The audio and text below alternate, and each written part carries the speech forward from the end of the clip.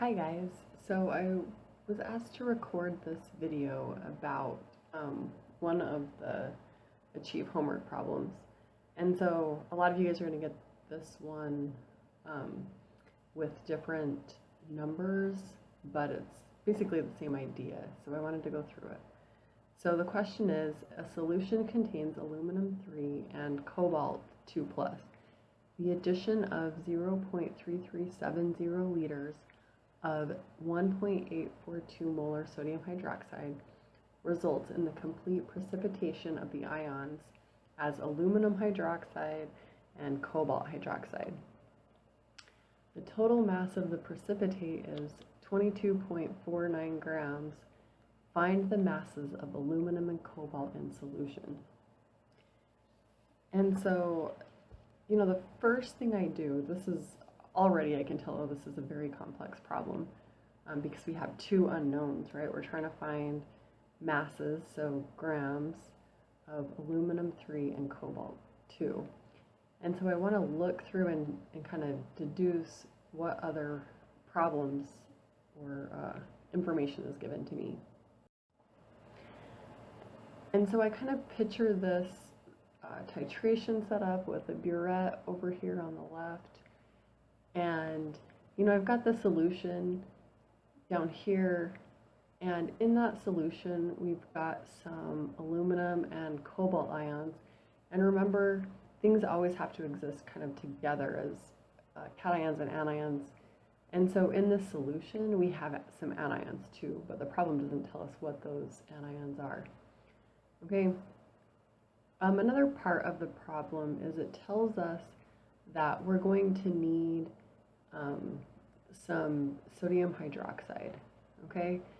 And so because I picture the burette, because this is such a specific number, 0.3370 liters of 0.842 molar solution, right? So we have our molar solution of sodium hydroxide in the burette here, and we drip in this 0.3370 liters, right?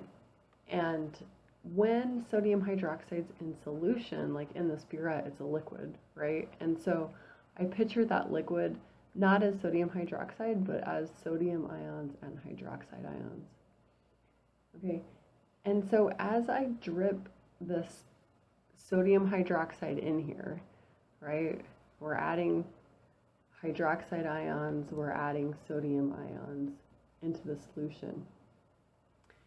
And what happens is all of the aluminum and cobalt that's in that solution all of a sudden precipitate out as aluminum hydroxide and cobalt hydroxide. Okay, so pretty soon, like I just have a little dot here, but pretty soon we're going to get a whole solid down here, right? And some of it's going to be aluminum hydroxide and some of it's going to be cobalt hydroxide. Okay, and then the last thing that the problem kind of tells us is the mass of the precipitate is 249 grams. Okay, and another thing I forgot to point out here is it says complete precipitation, right? So that means every single ion of aluminum and cobalt that were in solution are now part of this precipitate that's at the bottom. Okay, and if we add that up, then the total precipitate is 22.49 grams. That means the grams of aluminum hydroxide plus the grams of cobalt hydroxide is going to equal 22.49. Okay, and then I wrote out another equation that I picture where anytime there's aluminum ions and 3 hydroxide ions, we're going to find them to form the aluminum hydroxide solid. And same thing with the cobalt. When there's cobalt in the solution, we drip in hydroxide ions. They're going to find each other and form the cobalt hydroxide as solid. Okay, and that's part of the solubility rules that you guys should have memorized. And then, here's the problem. Like, how many grams of aluminum 3 and cobalt 2 are in the solution? So the first thing that I do when I want to figure this out is I'm going to start with the easy math, right? So I'm going to start with figuring out moles of hydroxide ions. Okay, and I'm going to do that using the liters of sodium hydroxide solution and the molarity. And remember, we can replace this capital M molarity with moles of sodium hydroxide over liters of sodium hydroxide solution, right? So the top is the solid, the bottom is the solution. So I'm going to start with my liters, use the molarity to calculate, or to convert, into moles of hydroxide. And so I'm going to write this calculation up here. I've got 0.3370 liters, and that's a solution, right? Sodium hydroxide solution. Okay, and then I'm going to use my molarity, and I've got 1 liter of sodium hydroxide solution equals 1.842 molar sodium hydroxide. And then based on this chemical equation up here, I know that 1 mole of sodium hydroxide is going to equal 3 moles of hydroxide.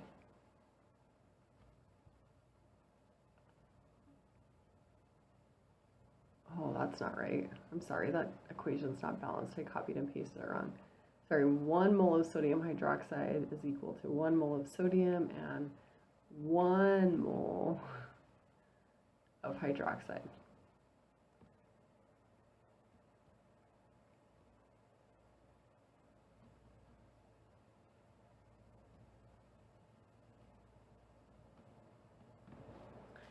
Okay, and I used my calculator, and I did this right on my paper earlier. And I've got 4 significant figures. So my answer here is 0.6207, 4 significant figures. I'm going to carry a few extra digits because this math gets a little hairy. Liter and moles of hydroxide. Okay, so that number is going to be important later.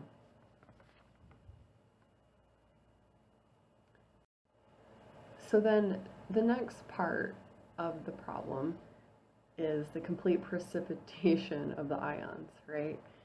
And so I want to deal with this as moles, okay? And I can relate aluminum hydroxide and cobalt hydroxide to a few different things in the problem. And so it's going to be best to deal with moles of those. So I'm going to say X is equal to the number of moles of aluminum hydroxide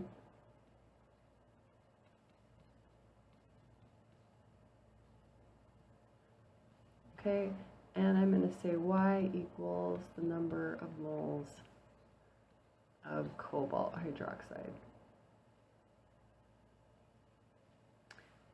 And I calculated out the molar mass of these that we're going to use later. And because the previous problem had 4 significant figures, I'm going to take my molar masses and use a few extra digits. So this is 78.006 grams per mole. And for cobalt hydroxide, it's 92.933 grams per mole.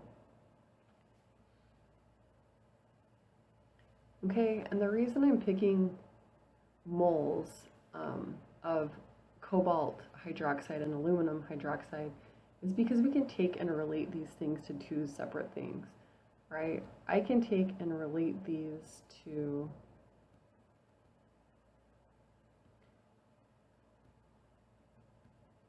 the total precipitate that forms, okay? And then I can also find a relationship to the amount of hydroxide used. Okay, so this is going to be a 2-step problem with 2 different unknowns that we have to go through and solve. Okay, so I'm going to start with how these two things are related to total precipitate formed. Okay? So the mass of the precipitate is 22.49 grams, and that means that I've got grams of aluminum hydroxide and grams of cobalt hydroxide is going to equal 249, right? Well, earlier I said, okay, my X value is moles of aluminum hydroxide. I'm going to take and convert that to this value right here, grams. So I know that 1 mole of aluminum hydroxide equals 78.006 grams of aluminum hydroxide. So this equals 78.006 grams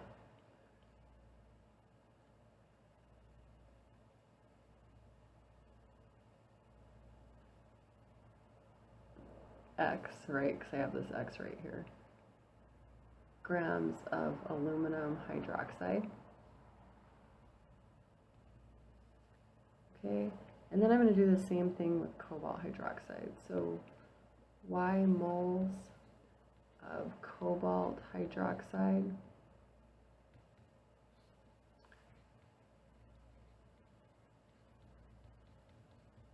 one mole of cobalt hydroxide equals 92.933 grams of cobalt hydroxide. So I get 92.933 Y grams of cobalt hydroxide. Okay, and as we go through, like, notice your moles are going to cancel with your moles, cobalt hydroxide cancels with cobalt hydroxide, right? And so that's why we're left with the Y grams of cobalt hydroxide. Okay, now we're going to look back up at what this means, right? So if I've got 78.006 X grams of aluminum hydroxide, and I add that to 92.933 Y grams of cobalt hydroxide, that's going to equal 22.49 grams of precipitate, okay, or that solid. And I shorthand that as PCC, precipitate. Okay, so this equation right here is going to, if I can draw a straight box, is going to be important later. Okay, so that's the relation to total precipitate. Now let's look at the relation to total number of moles. So earlier when we did this titration, and I'm sorry guys, I just copied and pasted that wrong. When we did that titration, we got a total number of moles of this. So when we dropped in the sodium ions and the hydroxide ions, we had to drip in this much. And all of the aluminum and all of the cobalt ions reacted with the hydroxide to get the aluminum hydroxide and the cobalt hydroxide.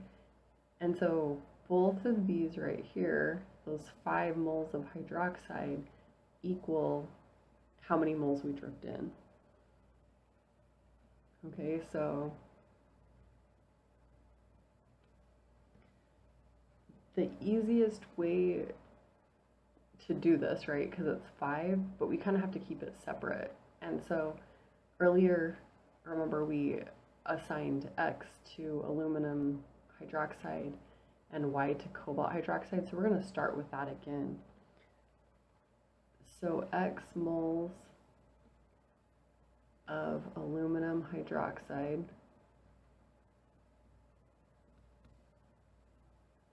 okay, and I can tell from my balanced equation that 1 mole of aluminum hydroxide here equals 3 moles of hydroxide.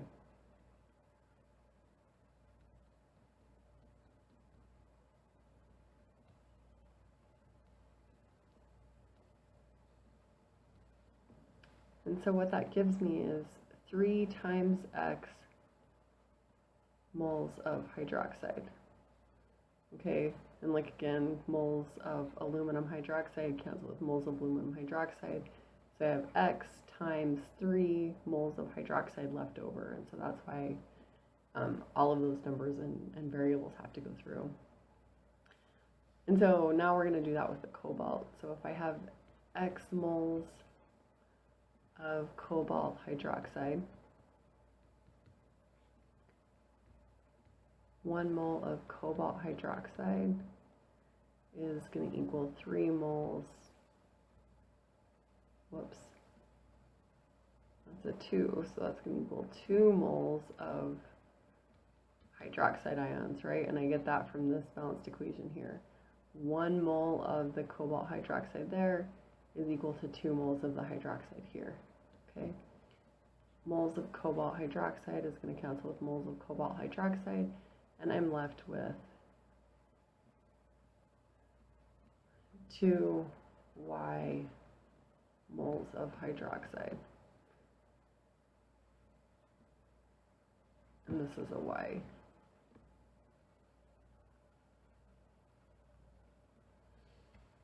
Okay, so when I combine these two, I have 3X moles of hydroxide plus 2Y moles of hydroxide is going to equal the total value, 0.620754 moles of hydroxide.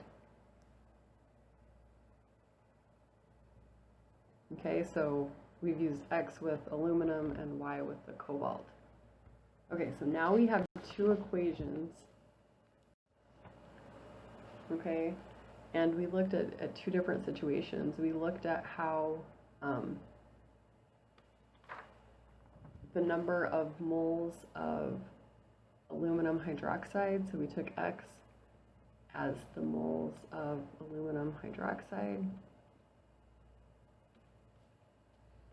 and we took Y as the moles of cobalt hydroxide, and we looked at how those relationships worked with the total precipitate and with regards to the total hydroxide concentration. And we came up with these 2 different equations, okay? And so we have 78.006 times X grams of aluminum hydroxide is the label, right? So we've got our unit, or our number, our unit, and label. So plus 92.93 little 3Y grams of cobalt is going to give us the total grams of precipitate, or the 22.49 grams of precipitate. And then we looked at how the moles of aluminum hydroxide and the moles of cobalt hydroxide were related to the total moles of hydroxide. And we got 3 times X moles of hydroxide equals 2 times Y moles of hydroxide equals total moles of hydroxide.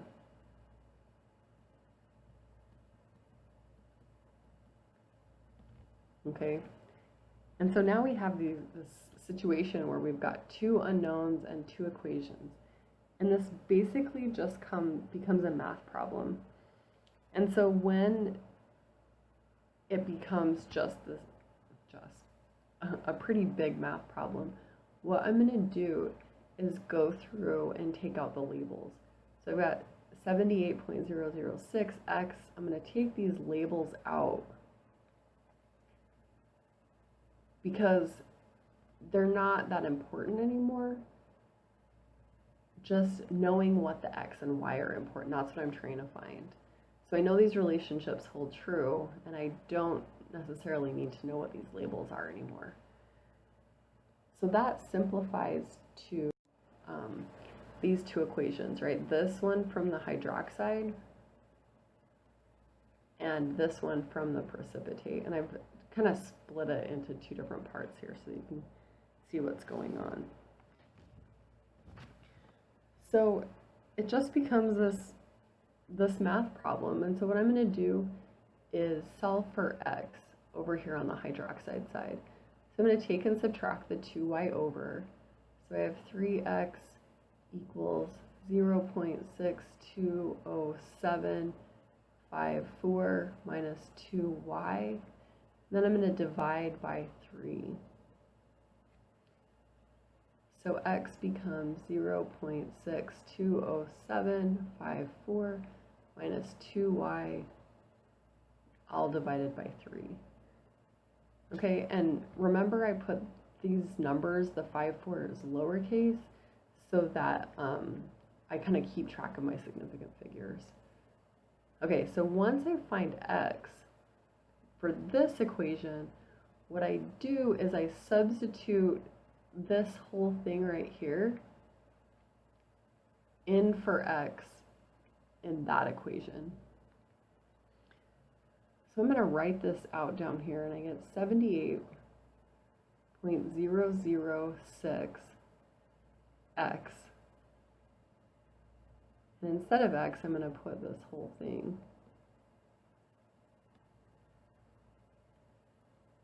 Right, now I've substituted that whole thing in for x, plus 92.933y equals 22.49.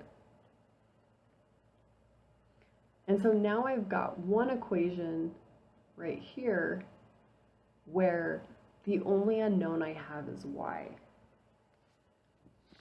So I've gone through and done this math, and you have to go through and distribute this to each one of these, right, and divide by 3. So I'm going to take 78 times this number, divide by 3, and then 78 times 2y, negative 2y, and divide by 3. And what that gives me is 16.1408. We're going to use 4 significant figures, minus 54.004y plus 92.933y equals 22.49. Okay, so I'm going to combine my y values, subtract this one over here,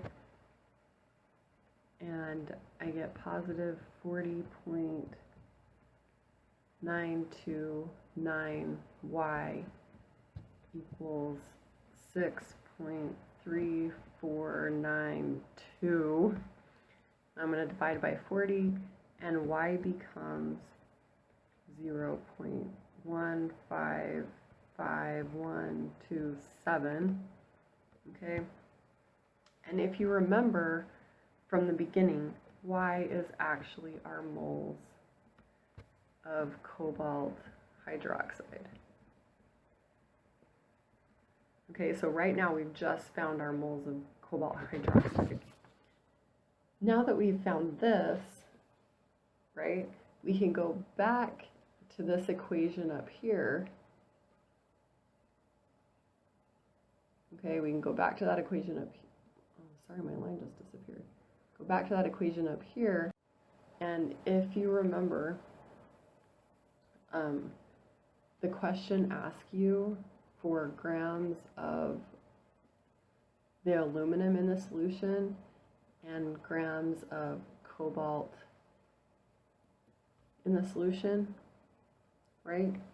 So now that we know moles of aluminum hydroxide,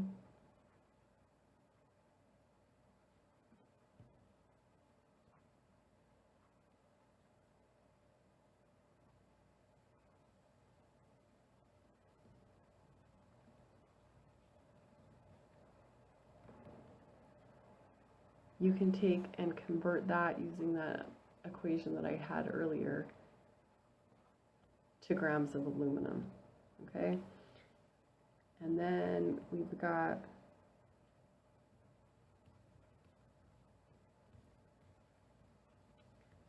moles of cobalt hydroxide, and convert that to moles of cobalt, or grams of cobalt 2+.